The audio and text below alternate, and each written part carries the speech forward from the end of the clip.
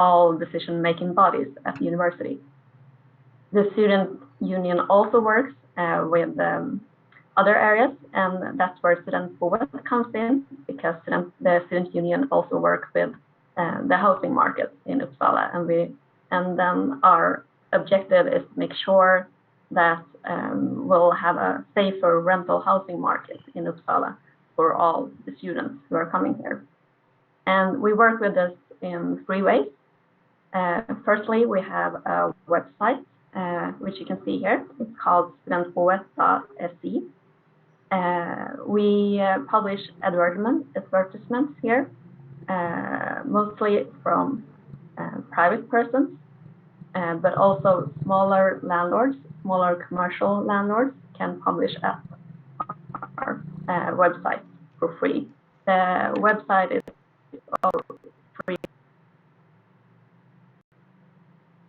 And to make sure that the website is a safe alternative for students to use, we review all ads before we publish them, which means we make sure that the advertisers are registered at the address they're renting out at, and also make sure that the terms and conditions of the rentals are in accordance with applicable law.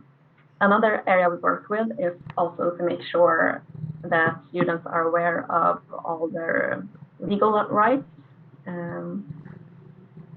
So we make sure that you guys have information about the housing market in Uppsala, because you should be aware of what options there are and how you can proceed when you search for accommodation. And lastly, we give free legal advice, which means if you find yourself in a situation where you're in conflict with your landlord or need advice on which rental regulations is applicable in a specific situation, you're always welcome to get back to us as well. On the last slide, I have contact information to Studentboet, so you don't have to worry about that. We also cooperate with the National Tenants Association when it comes to more complicated legal matters, because I have access to their law department, so I sometimes discuss legal errands with them. So you'll get all the help you need. Now I need to drink some water.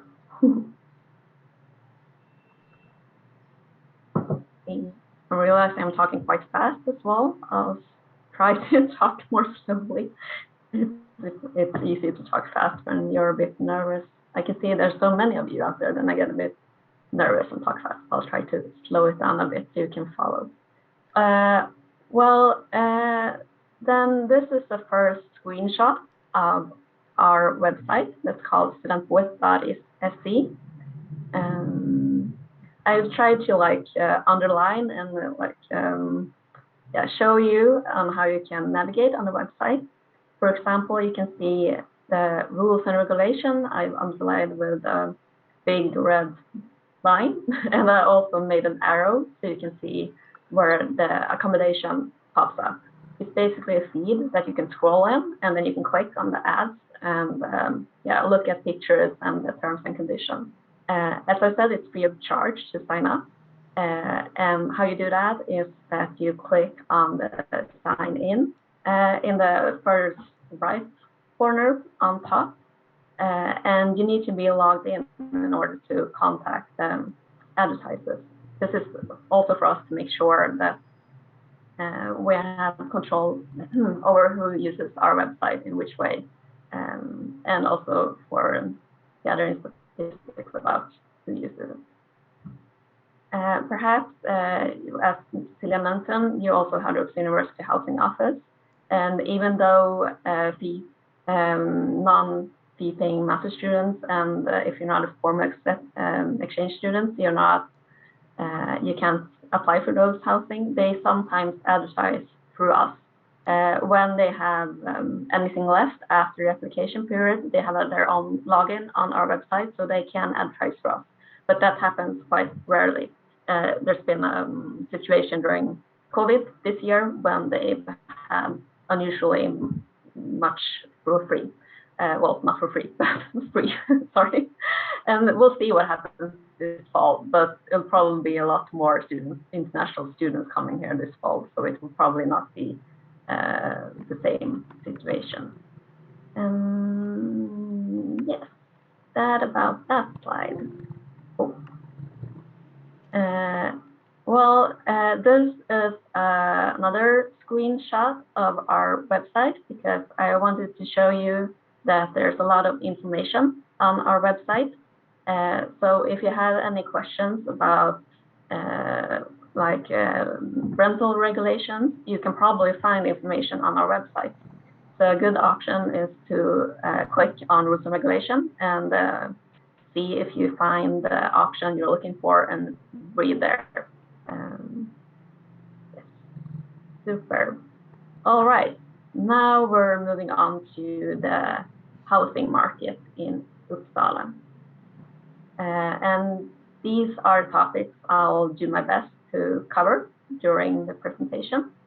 On the left, you can see different options for accommodation in Uppsala. And on the right, you can see some of the points I want to inform you about when it comes to rental regulation in Sweden. Yep.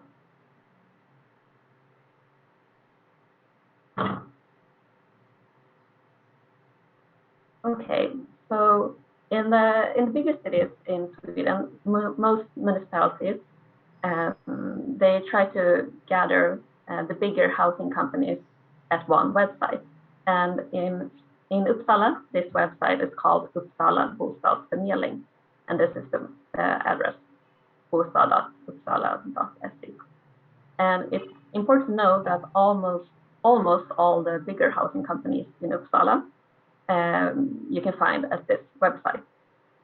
And an example of a bigger housing company of a landlord is Uppsala Hem Studentstaden, and they have the most properties and accommodation for students in Uppsala.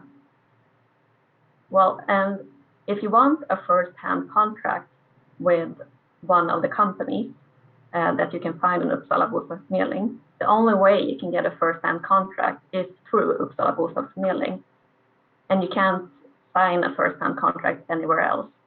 And this is important. Whoops, sorry. This is important to remember because I'll explain later I'll explain better in a later slide why this is important to know.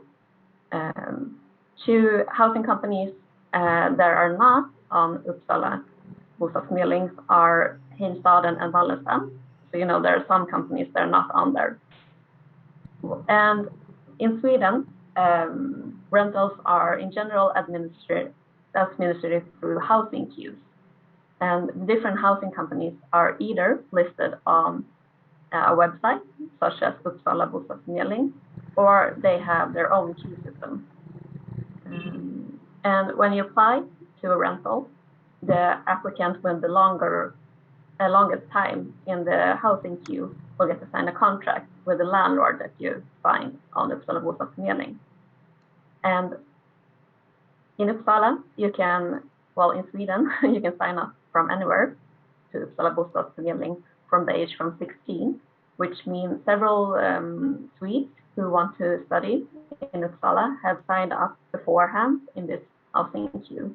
That doesn't mean that you're chanceless to get something, not at all, but it's good to know that it's a system that makes sure that the only thing that matters when you sign a contract is your time in the housing queue. And you can sign up at Uppsala Bostadsförmedling without a social security number, so you don't have to wait, which is good to know. So if you're interested in finding something through them, it can be a good idea to register there as soon as possible. Lastly, we also have a list on studentboet.se of landlords, other landlords, because there are also some smaller foundations and churches who offer accommodation in Uppsala.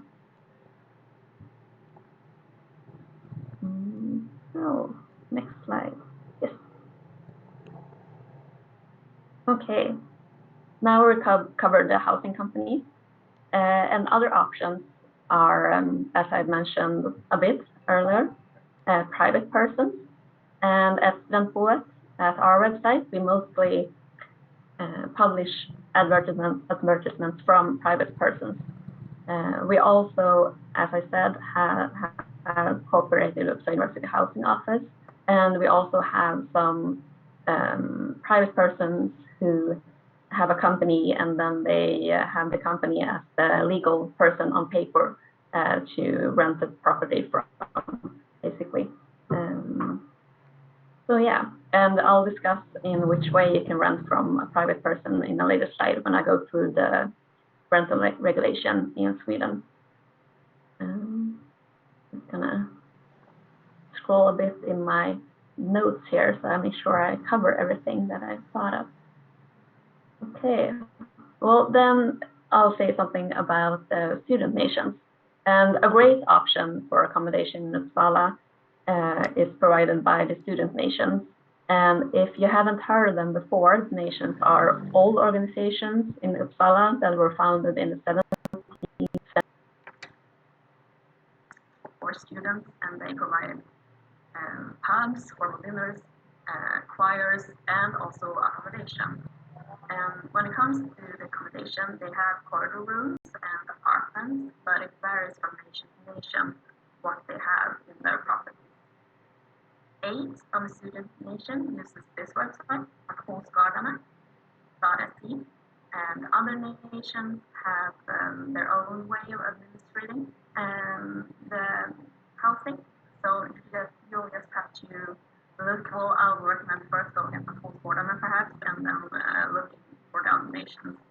And it's quite easy to find like a list of which nations there are in Uppsala. And you have to be a member of the nation that you want to live with, you know, but you can be a member of as many nations as you want to. Yeah, as University Housing Office, well, I already said what I want to say about them, that sometimes you can find accommodation through them at our website, but that only happens after they've done the formal application process for all the students who are formally entitled to housing through them. So it can be something for you later on, but not right now, basically. Okay, then we're coming to some aspects of rental regulation in Sweden, which can be important to know, or which I feel is important to know, that all international students should be aware of, at least when they live here for a while. It's important to separate live-in tenancy and second-hand let in Sweden, because different legal rights are applicable in these different cases, basically.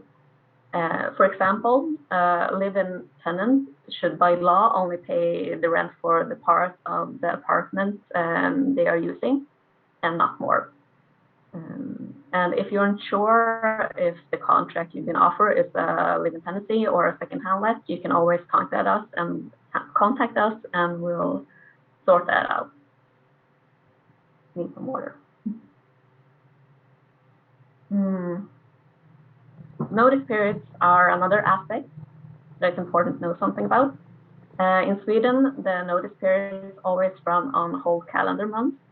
And they are strictly regulated by law, which means the law is written in a way that's beneficial for the tenants, since there's you can say there's like an imbalance of power between landlords and tenants, basically. And this is important to know also when you come to me or come to one of my colleagues for legal advice, that you actually have law in the law book that it's on your side, and usually we can solve the case. Good to know. Standard. Oh yeah. When you live in Sweden, you're also entitled to a certain standard in your room or in your apartment. For example, you should always be able to wash your clothes, and you should also always have access to a refrigerator, which is also good to know. So if you find any accommodation on our website, well, hopefully not on our website because we review them, but on other websites when it's basically just a room with nothing in it, that's not entirely okay, just so you know that. Okay, and lastly, I want to finish off with some advice in your search for accommodation. It's really important to be active in your search. For example, at Studentboet, we publish advertisements every weekday, and sometimes they're only up for like 1 or 2 days because Studentboet is not a queue system, as I haven't mentioned, but that's important to know. Studentboet is not a queue. It's a marketplace, more or less. It works as well, other social media, where you can buy and sell stuff more. But at our website, it's therefore up to landlords who they rent out to. Yeah, and at Uppsala Bostadsförmedling, for example, they usually publish ads in a bulk. So there can be like 15, 20 student rooms that comes up on Thursday, and then you have to apply for them latest by like Monday or Tuesday next week. So the application periods can be really short, and therefore it's important that you like make it your routine to look at the different websites every day and like apply for everything that you find interesting, and you'll find something. I'm sure of that. But also look out for scammers.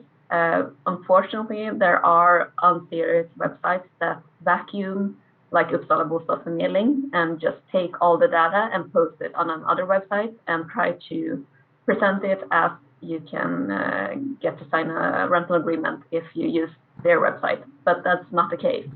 The landlords that are listed on Uppsala Bostadsförmedling are there because you can only apply for contracts at that website. Okay, and these are kind of 2 points that are perhaps a bit depressing to read, but true. Like, have realistic expectations. You will be able to find something, but it might not be your like loved apartment, small apartment. It might be a corridor room that's okay, but like in the outskirts of town. So you have to try to remember that you will find something, but you can also move later. And then, like if you're studying a master's program and you're not entitled to housing, but you have to find something on your own, then you'll be here for at least 2 years, and then you'll have some time in the housing queue after a while, so you will find something. And if you need anything, like any general advice or any legal advice, the Studentboet are here for you as well. And I'll finish off with my contact or our contact information. Thank you so much, Sophia. We've received a lot of questions throughout the presentation, and many of them are very similar. And I just want to note that if you go to the Q&A, you can upvote a question that's already been asked. So if you can see that somebody else has already asked the question you want to ask, you can just upvote instead of typing a whole new question. But I can see that the number one right now is, are there areas in Uppsala that should be avoided when looking for housing? No, I really don't feel there are,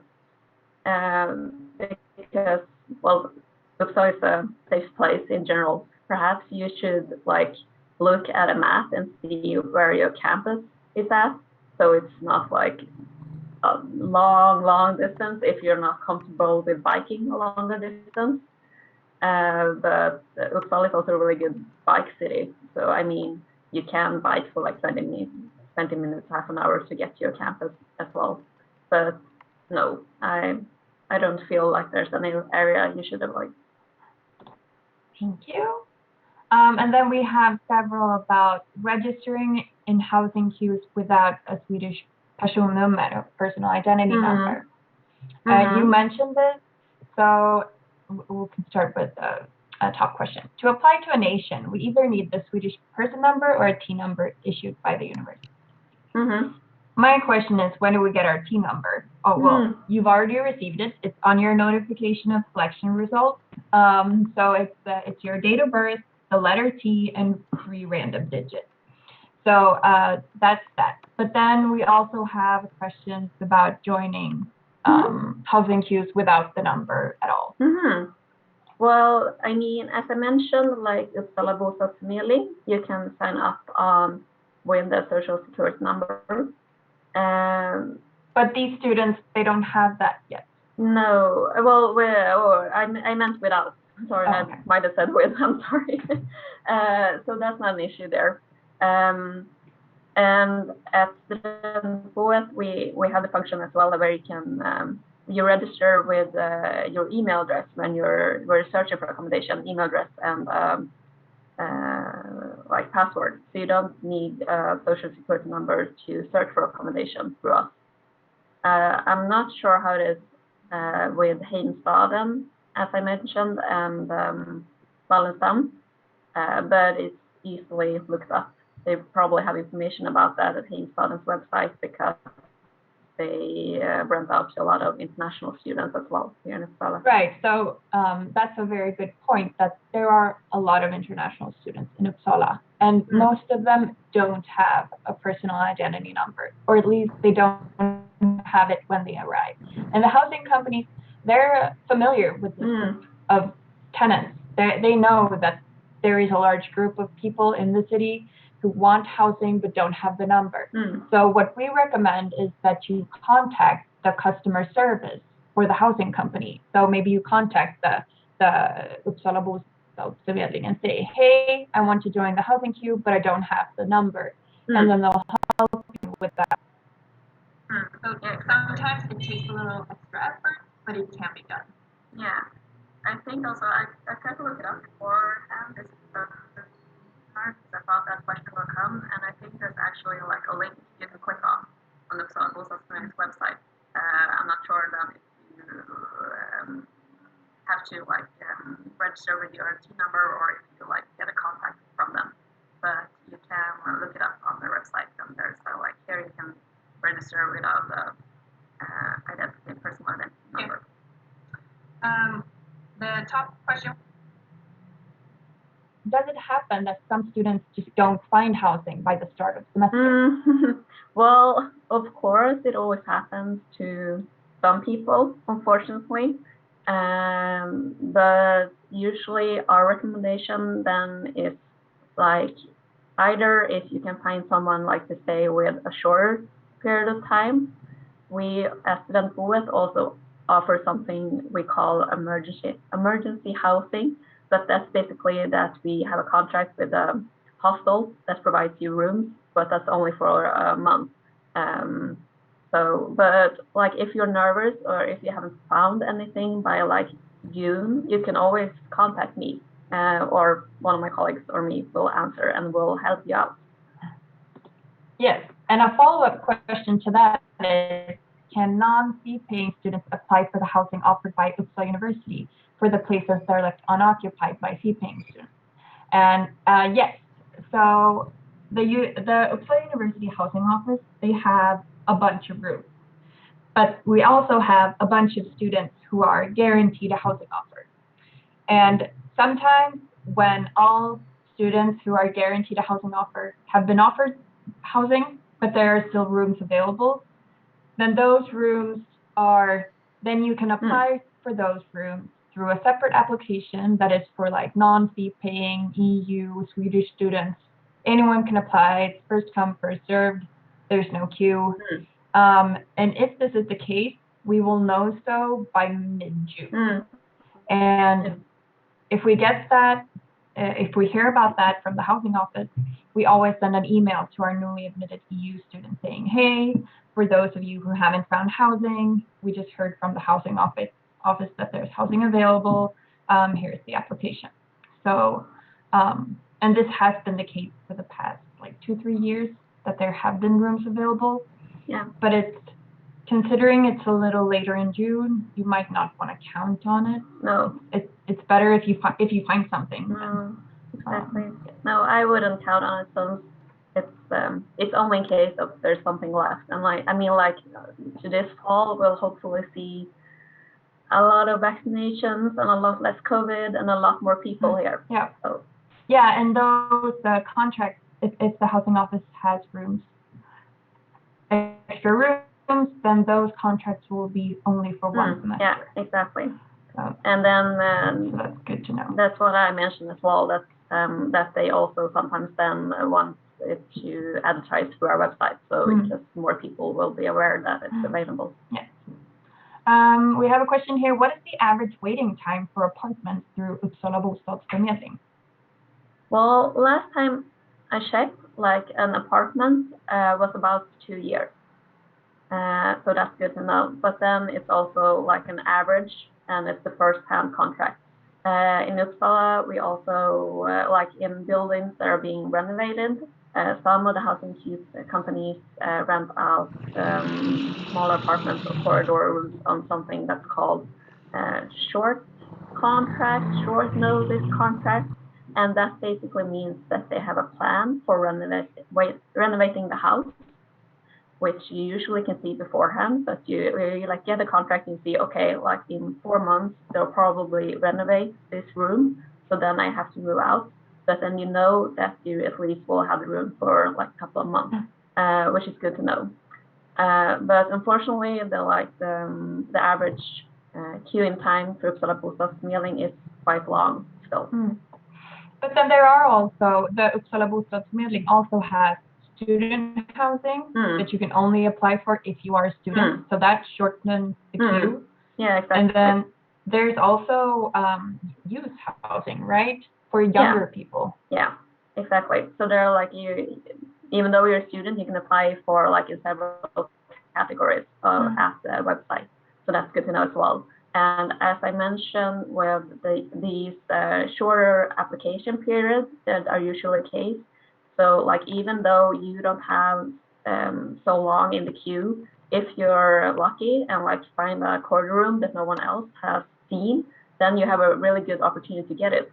And usually also when now in May, the pressure is higher, of course, because everyone's stressed out and wants somewhere to live. But usually in June it eases down a bit, and July also. So don't despair if you don't find anything within the next 2 weeks. You will find something. We have a question about nations. I cannot create an account at uppsalastudent.com with my temporary personnummer. I need to join nations in order to find housing. I'm afraid the semester will start and I will not find housing and lose my chance to study in Sweden. Oh, well, no, don't worry. I can't really answer the T number question. I think you have to contact Uppsala Student website in order to look at that. But don't worry, contact them and they'll help you out. And then you can join a nation and apply for something later on. And there are some nations that have housing queues that you can join before joining the nation, right? Maybe. No, that's not something I'm aware of, but that can be the case. I think so. What is the difference of a first-hand and a second-hand rental agreement? Oh, good question. Well, a first-hand rental agreement is with the housing company. So the company that owns the apartment or corridor room. But a second-hand rental is an agreement you have with the person who rents the apartment or room from the company. So it's an agreement between two private persons, basically. And in that case, it's actually the private person who's renting from the company that will be your legal landlord, which is good to know. And that person also needs to have the permissions from the housing company to rent out to you formally. So that's the difference. If you rent in second hand, it's the private person who's your landlord.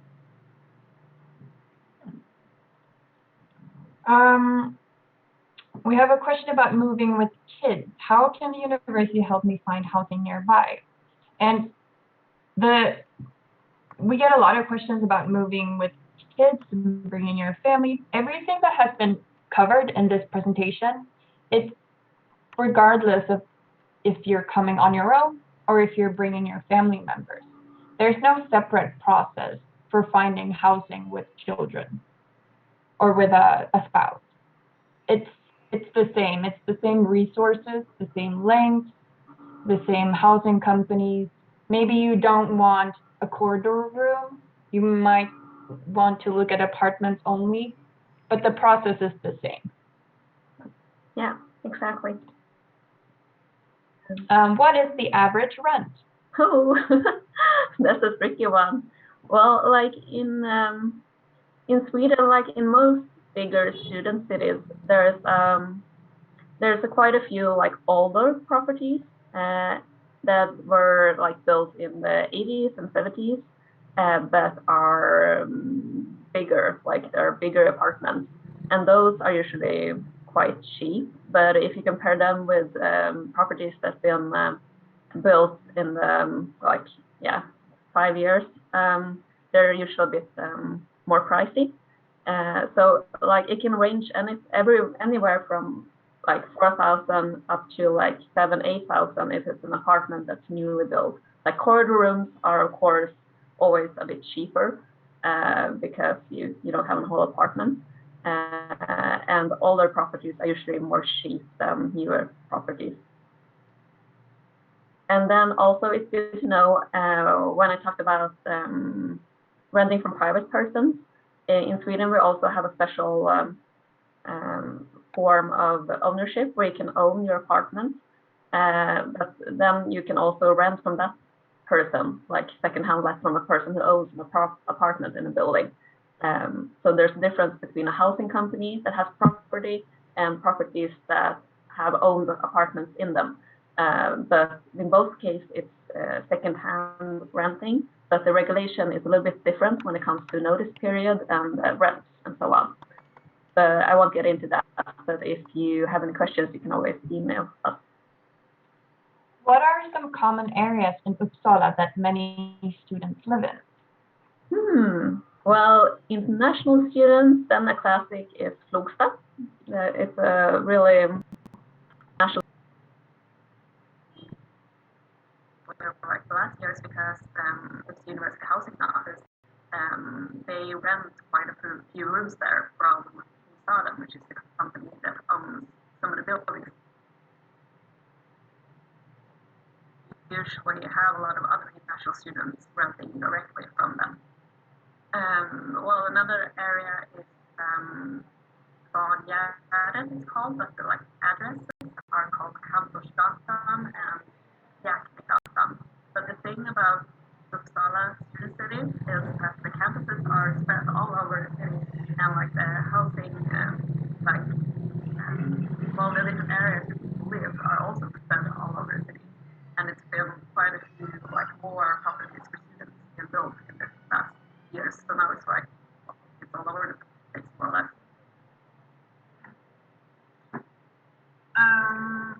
Are the student apartments usually furnished? No, not when you rent from a housing company. And they're not furnished. So that's good to know. But there's a big second-hand market like for furnished for everything in Uppsala. Well, on Facebook there are several groups for like selling and buying stuff for different areas. And then there's also like, for example. Yeah. Is it possible at all to get nation housing for the first semester? Yes. Well, it depends on the pressure, but I've heard like last semester it was possible. So, and usually like some nations also have what they call first semester housing. So like some of the rooms are marked for first semester students. I think the only one I know like that had last semester is the Uppsala nation, but usually I think semester 2 or 3 more, but it varies from semester. I usually ask sometimes I'm in August to see if they have anything available, and then I usually like post it on Instagram, and you guys can see that and like it out. But yeah. What is the usual cancellation period for leases in case I get another one from the housing queue? Do we usually have minimum rental periods? Yeah, that's a good question as well. I just think myself that my chat. That's a good question because the normal notice period, I call it notice period, is that we fall back on is 3 months, and that, as I mentioned, is on calendar months. For example, if I would terminate my contract now in May, it will be June, July, August. Is the notice period. And of course, that sounds quite lengthy, so that's good to know. If you sign a contract through a housing company, then it's normally 3 months, but that's only when it's first hand on for notice. And if you rent from a private person, like if you have a live-in tenancy, or if you rent second-hand, you of course always have the option to ask the person, like, I found something else, would it be okay for me to move out earlier? But then it's a matter of negotiating with your landlord. And when it comes to like specific times for the rental agreement, like when you rent from a private person, it's usually per semester, but it depends on what the private person like feels is most suitable in their case. And when it's a specific time period, the landlord is always obligated to let you live there for that time period. But you can always leave, but then it's with a 3 months notice.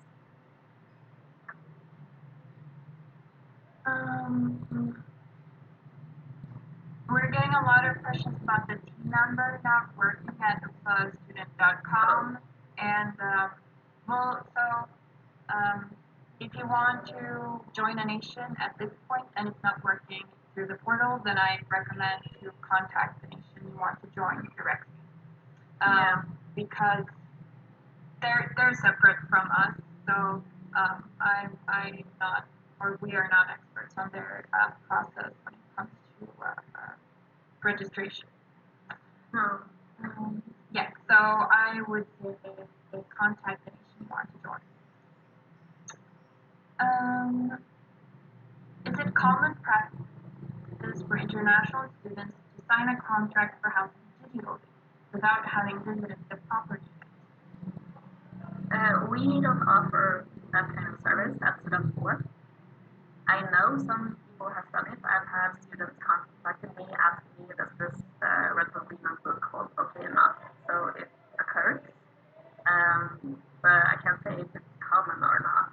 It depends on if the landlord or the private person whose landlord has the law can make sure they can find that way. Basically, I think like all housing companies that are listed on Uppsala Clearing probably have some solution for signing digitally because like we are a very digitalized country. Yeah, especially since the pandemic. Yeah. Right, but I think that it's common to not actually like visit the property, not go to some sort of like open viewing before you sign. No, exactly. I think that during the pandemic, I think pretty much all Swedish landlords have just stopped holding open showings of apartments. So anyone who's moved during the pandemic has had to do it without actually seeing their apartment. Yeah, exactly. And I've actually had some students contacting me now, like in the past week, because they found something through student board, and like, well, they've asked everything from rental agreements to other things. But like, if you're interested in seeing the room or the space you're renting, you can always ask the person if you could like do a video call of some sort of work, like if it's a private person.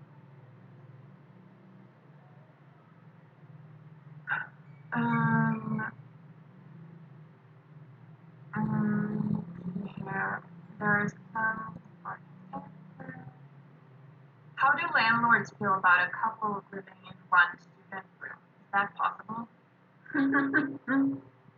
Well, I wouldn't recommend it because, well, there's in the Swedish rental regulation, there's like a paragraph that states you're not allowed to live. Well, it's not stated exactly like that, but like the stance of the paragraph is that you're not allowed to live too many in a room or apartment than like are intended to for that surface. And I would say like corridor room is intended for only one person. So if the landlord would find out, then that's well, that's something we can evict you on. So you know that. But then it's not a matter of course if they find out or not and what way. But I wouldn't recommend. I think that if you live in a corridor that is supposed to be like 6 people, but then there are 2 people living in one room, and your corridor mates find out, then maybe that's not very popular. No, exactly. Because you're sharing a kitchen, and then all of a sudden you're sharing 7 people instead of 6 people. Oh, here's a rather long question. I'm coming here with my family, me, my wife, and my daughter. Can you briefly send us a breakdown of housing fees for Uppsala to have an idea? Well, that we already covered. You mentioned rent, with the average rent. What if we paid the course fees, but due to COVID-19 pandemic situation, we were unable to attend as expected? What will happen to the residents? Well, this is a question not really intended for this webinar. So this question is better answered by email. So I'd recommend you send us an email regarding the residence permit. When is the best time to apply for accommodation near Uppsala before coming to Sweden, depending on this COVID situation? So should the students apply for housing even though they're not sure what will happen this autumn semester? Well, I mean, now in May and June, more and more accommodation will be available with move-in dates in August and September. So I still recommend like that you look at the housing market and like get a sense of how the housing market works. And if you will not, like if you don't have any queue days in housing queues yet, you likely like have to, well not have to, but you'll likely find like a private person to rent from. And then you can always contact them and explain the situation. Like I'm really interested in this apartment, but I'm not sure. I'll know by I don't know, middle of July. Can you hold it for them? So of course you can do it like that. But it's difficult to like at least if you now I'm like not remembering the question correctly, but if you like to come here with a family, it's difficult to like come here first and then find somewhere to live. I would think. But like if you come here on your own, as I said earlier, like if you know someone already here, or if you have somewhere to stay temporarily, then of course you can come here and try to find something more permanent. Yes, I agree with that. If you're worried about finding something bigger for a family, then maybe it's a better option to come on your own first, and then once you've found something that's suitable for a family, to bring them over later. That is always an option. Let's see here. We're receiving a lot of questions, but right now I'm going for the ones that have been uploaded because those are the ones that have been that the most people are wondering about. So I think we have another 10 minutes, so we'll just keep going through the questions asked, and then I think we won't be able to answer all questions today. So you have Sophia's contact information. You can always send her an email or send us an email, and we can answer to the best of our ability. Yeah, of course. Here we have a question. Hi, on the Uppsala bostadsförmedling, there are a lot of short-term contracts. How long are they in general? Are they much less desirable than other contracts? Okay. Yeah, as I mentioned earlier, like the shorter contracts, shorthand contracts. Usually the company that offers that contract have a plan of when they will renovate the apartment. So a suggestion is that you contact the landlord in question and ask, like, I'm interested in this apartment, but I'm not sure if I want to move in. Or do you have like a plan of renovation plan? Yeah, I can't really say anything about the like general period you'll be able to live there, unfortunately. I know from the company X10, they also put out short-term contracts because they use the apartments to evacuate other people. So like when they renovate the building, they want them to have someone to stay, and then they want apartments that they can get access to faster. And that's why they rent out the short-term contracts. But you always have at least a month's notice period. And as I said, they run, well, the notice period runs on calendar months. So like never like be forced to move out next week. It's always like in the end of next month.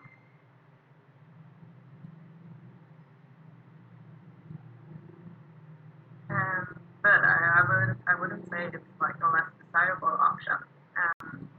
It's better to have a place to stay than like having to look more like having to look for something else.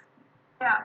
Yes, that is a very good point. Sometimes it's better to take the short-term contract and then try to find something a little more desirable after you've arrived. Yeah. Because we have many students who come here and they find something, and then once they like met some people here, they make connections, they are in a housing queue for a few months, and then they find something different, much better, and then they move. It's super common. Yeah, it is. Since the queue time for housing is on average 2 years, is it really realistic for a student to get an apartment through before their studies are over? As I said, it's average 2 years, which means that month, like the 2 year period, is an average of all students' apartments. And like, yeah, I think there's an own category for students' apartments. And I actually think like it was 2 years last summer. Then like when I got the latest numbers, like like 1.7 or 1.6 years. And as I said, since an average, it's really an option like that you can get something earlier because it's always a matter like every specific department, every specific quarter room is administrated in accordance to who has applied for it. So like you always get compared with other people who have applied, and who applies can vary a lot from quarter room to quarter room, from apartment to apartment. Yeah, and as you mentioned before, it's about supply and demand. So they can post contracts or like housing options in bulk. So if there are all of a sudden 20 rooms available, but the number of applicants remains the same, then the average time for those 20 rooms will be shorter than if there's one room available and the same number of people who apply. Yeah, exactly. So yes, it is really something. Yeah, it is. Some of the people advertising the apartments require references. How do I do this if I've never had a landlord? Well, yeah, then it's a bit unfortunate because then you don't have a reference, I guess. You can always explain that to them and like, I don't know, if you've only lived with your parents, perhaps they can write something about you, I guess. Or maybe like a past employer, a teacher. Yeah, that's true. That's better. but like anyone, say if you were applying for a job, then maybe that reference could be used also like someone vouching for your character. Yeah. Exactly. Yeah. And it's not that common to ask for references when it comes to housing in Sweden. Like not from like some private persons want it, but it's like as a student board, I don't see that very much. Yeah, for student housing, it seems like if you are a housing company that rents to students, you're aware that your your tenants are usually moving from their parents, so they're not going to have many references anyway. No, I've never seen like a housing company Do most rentals include electricity, water, and heating in the rent? Oh, also a good question. In Uppsala, the housing companies that provides quarter rooms and like student nation, most of them that is included rent. No, sorry, I'm getting tired. Electricity and water rent is not included. You have to pay rent. Like so, for quarter room, I would say in general included, but for apartments it varies. Then it's usually not included electricity, but water is almost always included in the rent.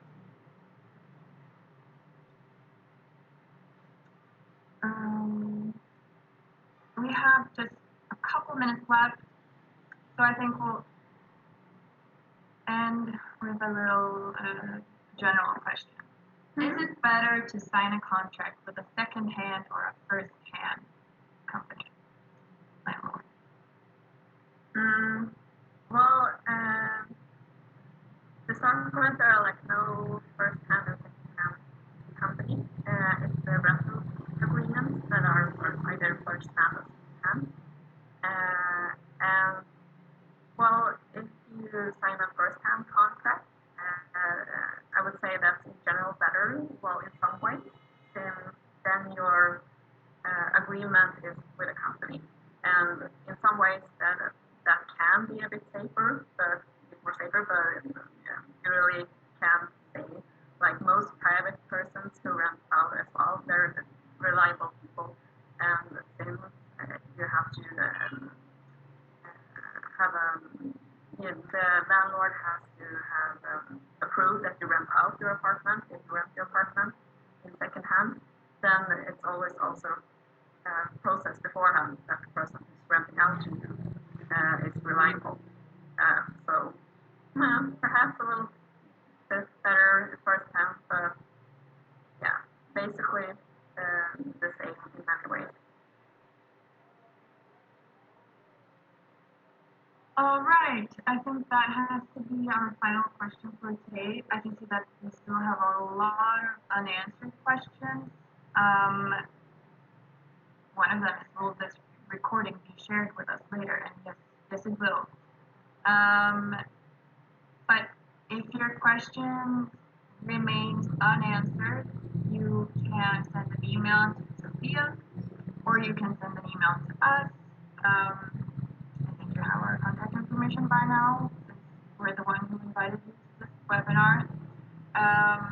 But yeah, I just want to conclude with like saying, don't worry too much. Most of our students manage to find housing before the start of the semester. It may not be the apartment you've always dreamed of, but it's something. And sometimes you have to just settle for the second best option, and then once you've arrived, you can find something better. So don't worry. And like I said, if there are rooms available through the housing office after all the teaching students have been offered housing, then we will extend that application, or we will forward that application to you as well. So don't panic. It'll be fine. It'll work out. And I can see that there's a discussion in the chat on what T and R stands for. It doesn't stand for anything. It's just a placeholder letter. It's not an abbreviation, really. It's just a placeholder. Yes. Well, thank you so much for participating today, Sophia. Thank you so much for sharing all this information with our students. Of course. And thank you to everyone who joined today. I hope that some of your questions were answered and that you feel a little calmer now that we covered these topics today. And I just want to repeat what Sophia said, that Student Board is a great resource with plenty of information on how to find housing on your own. So if you're in doubt, just go to studentboard.se and start browsing the website. There's so much useful information there. I will leave it at that. Thank you again to everyone who joined today. Thank you. And bye. Bye. Record.